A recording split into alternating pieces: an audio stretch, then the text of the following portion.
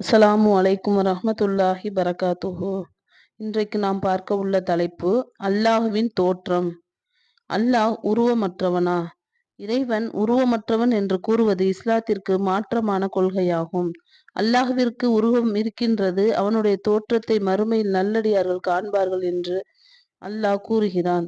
அந்நாளில் சில முகங்கள் மலர்ந்து இருக்கும், தமது இறைவனை பார்த்து கொண்டிருக்கும் என்று குர்ஆனில் அல்லாஹ் கூறுகிறான். மறுமையில் அல்லாஹ் இறை நம்பிக்கையாளர்களுக்கு அவர்கள் அவனை பற்றி எண்ணி வைத்திருந்த தோற்றம் அல்லாது வேறொரு தோற்றத்தில் அவர்களிடம் முதல் தடவையாக வந்து, நானே உங்கள் இறைவன் என்று கூறுவான். அல்லாஹ்விற்கு முகம் உள்ளதா என்பதற்கு ஆதாரம் பார்ப்போம். அல்லாஹ்விற்கு யாருக்கும் எதற்கும் ஒப்பாத விதத்தில் முகம் இருக்கிறது என்று நாம் நம்பிக்கை கொள்ள வேண்டும். இதற்கு பின்வரும் ஹதீஸ் ஆதாரமாகும். உங்களில் ஒருவர் சண்டையிடும் போது முகத்தை தாக்குவதை விட்டும் தவிர்த்து கொள்ளட்டும்.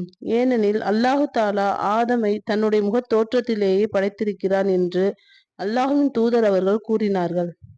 அல்லாஹ்விற்கு கண்கள் உள்ளனவா என்பதற்கு ஆதாரம். அல்லாஹ்விற்கு யாருக்கும் எதற்கும் ஒப்பாத விதத்தில் கண்கள் இருக்கிறது என்று நாம் நம்பிக்கை கொள்ள வேண்டும். இதற்கு ஆதாரம் நபி ஸல்லல்லாஹு அலைஹி வஸல்லம் அவர்கள் கூறினார்கள், தஜ்ஜால் ஒற்றை கண்ணன் என்பதையும் அல்லாஹ் ஒற்றை கண்ணன் அல்லன் என்பதையும் அறிந்து கொள்ளுங்கள்.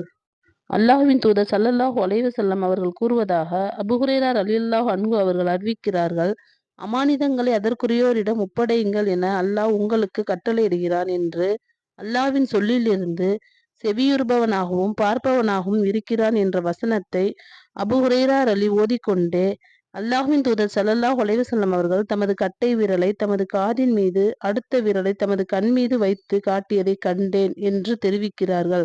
நபி அவர்கள் தமது காதையும் கண்ணையும் கை விரல்களால் காட்டி விளக்கம் கொடுப்பதன் மூலம் அல்லாஹுக்கு கண்கள் காதுகள் உண்டு என்பதை உணர்த்துகிறார்கள். அல்லாஹ்விற்கு கைகள் உள்ளன என்பதற்கு ஆதாரம். அல்லாஹ்விற்கு யாருக்கும் எதற்கும் ஒப்பாத விதத்தில் வலது இடது என இரு கைகள் உள்ளன என்று நம்பிக்கை கொள்ள வேண்டும். இதற்கும் ஆதாரம் பின்வரும் ஹதீஸ்.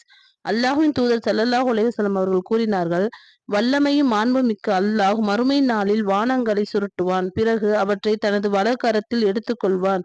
பிறகு நானே அரசன், அடக்குமுறையாளர்கள் எங்கே, ஆணவம் கொண்டவர்கள் எங்கே என்று கேட்பான். பிறகு பூமியை தனது இடக்கரத்தில் சுருட்டிக் கொள்வான். பிறகு நானே அரசன், அடக்குமுறையாளர்கள் எங்கே, ஆணவம் கொண்டவர்கள் எங்கே என்று கேட்பான். அல்லாஹ்விற்கு கால்கள் உள்ளன என்பதற்கு ஆதாரம். அல்லாஹ்விற்கு யாருக்கும் எதற்கும் ஒப்பாத விதத்தில் கால்கள் உள்ளன என்று நாம் நம்பிக்கை கொள்ள வேண்டும். இதற்கான குர்ஆன் ஆதாரம், கெண்டைக்கால் திறக்கப்பட்டு சஜ்தா செய்ய அழைக்கப்படும் நாளில் அவர்களுக்கு அது இயலாது. இது மறுமையில் நடக்கும் நிகழ்வாகும். இறைவனின் கால்கள் மறுமையில் வெளிப்பட்டு அதில் நல்லோர் மட்டும் சஜ்தா செய்வார்கள் என்பதை இந்த வசனம் விளக்குகிறது. அடுத்ததாக, இறைவனுக்கு நாமாக உருவத்தை கற்பிக்கலாமா? இறைவனுக்கு உருவம் உள்ளது என்று நாம் நம்பிக்கை கொள்ள வேண்டும். ஆனால் இப்படிதான் இறைவன் உருவம் இருக்கும் என்று நாம் கற்பனை செய்வதோ வடிவமைப்பதோ கூடாது. அல்லாஹ் தன் திருமறையில் கூறுகிறான், அவனைப் போல் எதுவும் இல்லை, அவன் செவியுறுபவன், பார்ப்பவன். இவ்வுலகில் அல்லாஹுவை பார்க்க முடியுமா? இவ்வுலகில் யாரும் அல்லாஹுவை காண முடியாது. அல்லாஹ் தன் திருமறையில் கூறுகிறான், அவனை கண்கள் பார்க்காது, அவனோ கண்களை பார்க்கிறான். நபி ஸல்லல்லாஹு அலைஹி வஸல்லம் அவர்களிடம், நீங்கள் உங்கள் இறைவனை பார்த்ததுண்டா என்று கேட்கப்பட்டது. அப்போது அவனோ ஒளியாவான், நான் அவனை எப்படி பார்க்க முடியும் என்று கூறினார்கள். மறுமையில் அல்லாஹுவை காண முடியுமா? ஆம், மறுமையில் அல்லாஹுவை காண முடியும். மறுமையில் நல்லடியார்கள் இறைவனை காண்பார்கள். அல்லாஹ் தன் திருமறையில் கூறும்போது, அந்நாளில் சில முகங்கள் மலர்ந்து இருக்கும், தமது இறைவனை பார்த்து கொண்டிருக்கும். நபி அவர்கள் கூறினார்கள், நீங்கள் உங்கள் இறைவனை மறுமையில் கண்கூடாக காண்பீர்கள். காஃபிர்கள் மறுமையில் அல்லாஹுவை காண முடியுமா என்றால் முடியாது. அந்நாளில் அவர்கள் தமது இறைவனை விட்டும் தடுக்கப்படுவார்கள். காஃபிர்கள் மறுமையில் இறைவனை பார்ப்பதை விட்டும் திரையிடப்படுவார்கள் என்று அல்லாஹ் கூறுகிறான். இது போன்ற குர்ஆன் ஹதீஸ் ஆதாரங்களை அடிப்படையாக கொண்டு நாம் பார்க்கும்போது அல்லாஹ்விற்கு உருவம் இருக்கிறது என்பதை உணர முடிகிறது.